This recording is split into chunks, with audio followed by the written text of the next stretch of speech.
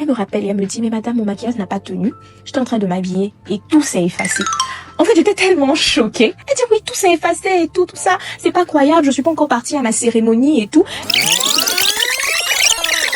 Une dame a exigé que je refasse son maquillage, même pas 30 minutes après la prestation. Je vous explique.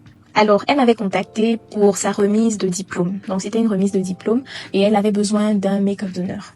Donc, je l'ai fait volontiers. Donc, tout s'est bien passé. Elle était vraiment agréable. C'était une bonne atmosphère. Donc, je lui ai même demandé, mais madame, pourquoi vous n'avez pas suivi mon conseil? Pourquoi est-ce que vous n'êtes pas venue avec votre tenue ici en même temps et tout? Elle dit non, je préfère m'habiller à la maison. Je suis beaucoup plus à l'aise et tout. Je lui dis d'accord, il n'y a pas de souci. Donc, on a fini le maquillage, elle m'a payé, elle est partie.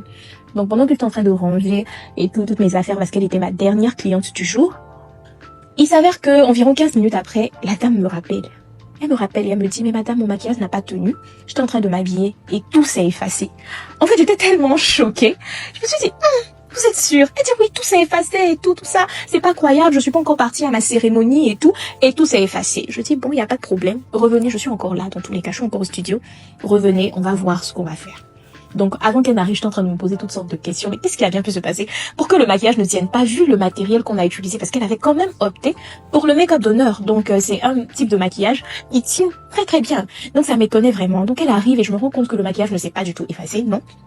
Ce qui s'est passé, c'est que la partie du sourcil a été effacée. Et qu'est-ce qui a effacé les sourcils? C'est simplement quand elle s'habillait. Sa robe était un peu trop serrée, sans fermeture.